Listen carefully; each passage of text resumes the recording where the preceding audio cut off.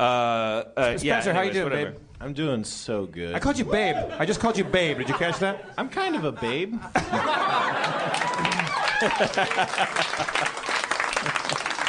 Actually, as I say that, I realize I'm wearing my D20 Spencer pin, my I Heart Spencer. It's true. He is. It's a goodie. I bet Spencer does okay. What? I bet you do okay, right? No. See me after the show.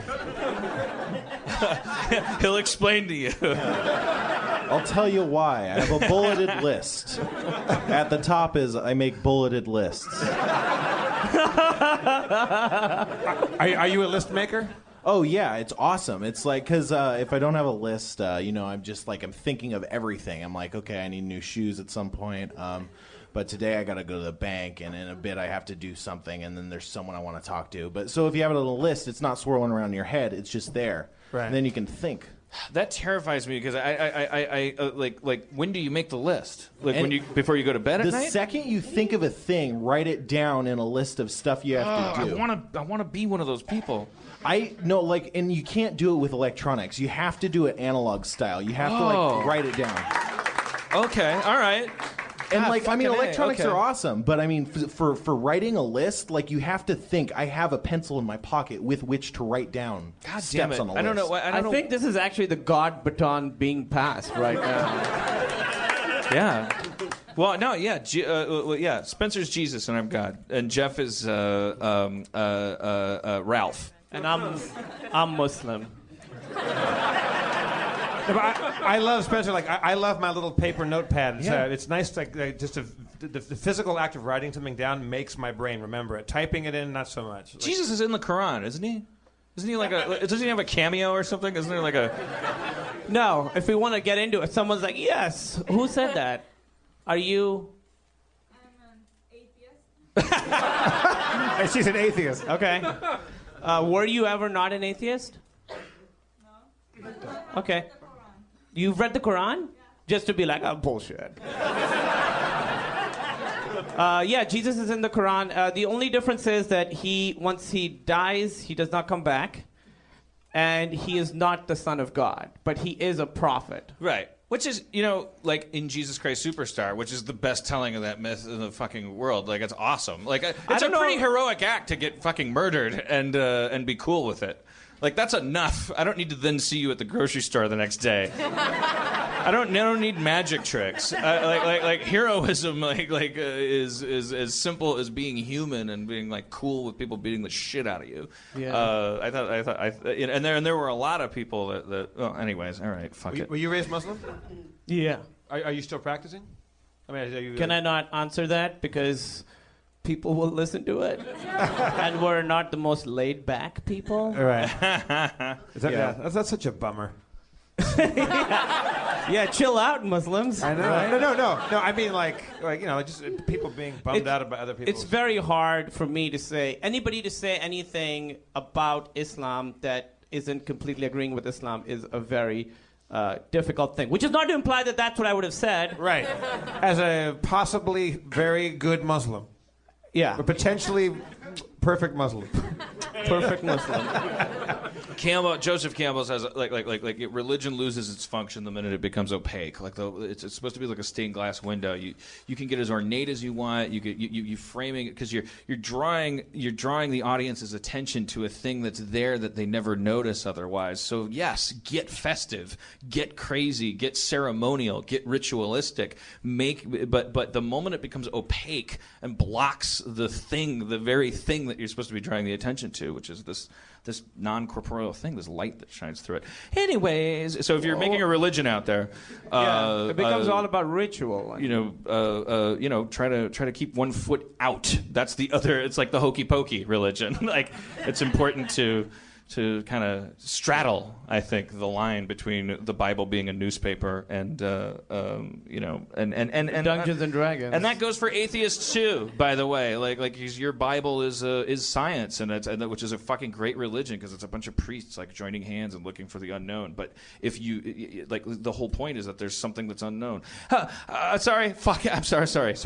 Why are you sorry? So you said you were going to get deep, and when you get deep, going. you kept it in Salt Lake City, you kept talking about religion and politics, and you kept getting deep, and you kept apologizing. Well, for it. because politics. The reason politics and religion are party breakers is because you're not really talking about yourself, because the reason they're called politics and religion is because you're not actually expressing the way that you feel, and the whole and you just saw firsthand the result of like an individual being unable to it's like there's political reasons, there's religious reasons why an individual can't say I'd like a ham sandwich, I think the weather's nice today, this is how I feel about stealing, this is how I feel about capital punishment. And for that same reason, it's kind of a, when you get in your pulpit, you're like, there's a fine line between being honest and being dishonest. Like it's when you start speaking for other people and I was just saying something like Joseph Campbell, who I think was a really smart guy, like said about religion, and he was super Catholic but super smart, which too many people think is a contradiction in terms, and it doesn't have to be. Like religion, can actually be like a smart person's tool to dealing with the cosmos. That's a personal feeling that I'm sharing, not a political or it's not the equivalent of like being at a party and going like, this is that, and God wears a hat and he doesn't. And I'm sharing that idea. It doesn't have to be true to you for you and I to get along. It's just an interesting thing to think about that humankind made these religions our brains are capable of doing that is neither something to take too seriously, because we also make poop. And we learned to flush that the fuck down the toilet, and that was a great day. that doubled our lifespan as a species. Also, you didn't have to look at shit. But it's also something to not totally disregard, because when you look at your shit, if there's blood in it, that's a clue. So human beings make things, we make shit. That makes us different from leopards. I think that's leopards alone. That's the only animal. If you're a leopard and you're listening, I'm coming after you. Yeah. Stop fucking gold bricking. Start making shit, leopards. Get off of that limb and do some shit. Invent a broom. Stop lithely splaying yourself on a branch and waiting for a wounded gazelle. Where's your iPad, I mean, because Islam is definitely about rejecting the body and embracing the spirit, and I think that's one of the... If I were to speak my mind, I would say that suppression of the body it can be a big mistake, and it can come out in very aggressive, violent ways. It can also be a super cool thing. I stopped jerking off, and my sex life with Aaron has improved greatly. Oh, so you've been having sex? Yeah. You just haven't been jerking off? Oh, yeah. Oh. If I didn't have a girlfriend, I wouldn't bother to experiment with not jerking off. That's ridiculous. If I didn't have a girlfriend, I would invent new ways to jerk off. So I would be telling these people, if you take a hammock and a rotisserie grill. Yeah. How big is your house? Even a leopard, if he couldn't fuck another leopard, he would invent new jerk off methods. So you're just okay. Yeah. So it's a little less heroic than you made it sound at the beginning. Yeah, you're constantly having sex and jerking off usually. Yes. When you're having sex, do you jerk off to finish during the sex? I don't think that counts as jerking off. No, sometimes I would. Yeah, sometimes I would, and that's part of the thing. Like when you get into that thing, like your brain gets into like. Maddie, leave the room. There's I don't know. Yeah. I can't believe this started with Joseph Campbell's views on religion.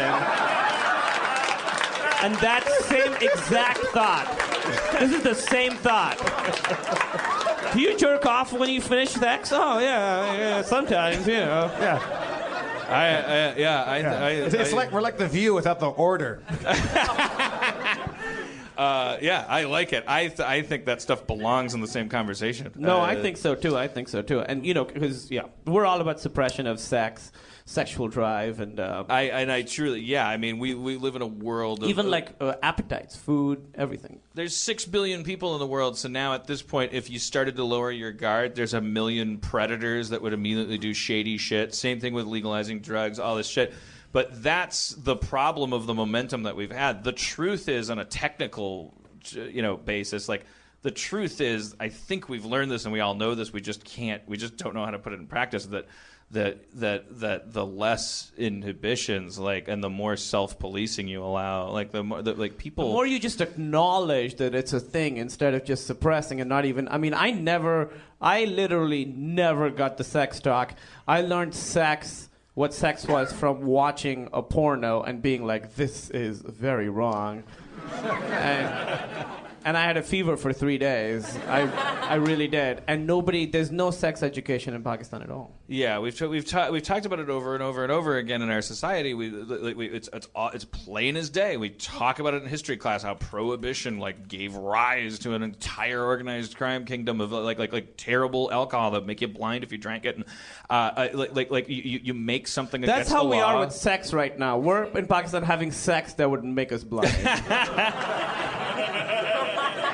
Bad shit is going on behind closed doors. I mean, I'll represent the West, though, and say we get a lot of senators and a lot of airplane stalls doing a lot of weird airport stalls. Right. It's all of the bottom line is when the distance between what's going on in your head and what's coming out of your mouth. Like how shameful is it? What are you thinking that's so fucking bad that if you said it, something bad would happen to you? What is the bad thing that would happen to you? Would you not be allowed to be a senator? Hey, maybe that means it's a shitty job. Maybe that means you shouldn't be a fucking senator. There's so much shit to do out there. Go dig a goddamn hole. Put a flower in it. You can do that. Think all kinds of shit about octopi. I don't know if those are... Stop listening to your parents tell you you're supposed to be a senator. You're like, Mom, Dad, I want to fuck an octopus. I want to fuck it real bad. I want to fuck an octopus so bad. I want to feel all 8 tendrils just wrapping me. I just want to fucking come inside this fucking thing, this cephalopod. And I know I can't make it pregnant, but I just see him on TV, and it just fucking my cock gets hard as Gibraltar. I don't want to make the laws for Louisiana. I'm not fit to do it. Give the job to a guy that doesn't want the job. It's civil service. It's not royalty. Are you implying that when he was in the stall, he was hoping an octopus would come in? That's the point of the glory hole. It could be anything you want it to be. That's exactly right. Yeah, just bite down and pretend it's a beak. I always think fucking an octopus would be a tough way to go, man. Yeah. There's some shit inside there that you don't want fucking anything I know, but to do so with. much suction cups, all of the suction cups. That'd be good. You haven't even thought about this. this. But the beak, I go right to the beak, because that thing is supposed to be like you just crack a fucking stone. Octopus hand job. Think about it. 1 million blowjobs wrapped around your dick at the same time. That is heaven. 1 million blowjobs wrapped around your dick. Yeah. That is very poetic. That's a new. I should give credit where credit due. That is the slogan for the new Dairy Queen shake. Also, octopi have an ability to fill any tiny little crevice. They can. Yeah, they can As long as they could go right up. Right at your dime-sized butthole. Right up your asshole. Get in there and just fucking just suction your prostate. Just let you have get it on. Oh, they'd be squirreling around in there. Yeah. They can fit through any hole that's at least as big as their eyeball. So if your asshole is bigger than an octopus's eyeball, you're having a great day. You go octopus shopping, and you're like, a smaller eye, please. Sir, what are you intending to do with this? Okay, there's a trial room in the back that you have to try the octopus. Yeah, there's an ophthalmologist thing. You put your chin on a thing, and it's got a little measures your eyeball. I think I know exactly what you're looking for. Yeah. So what's better, this or this? All right.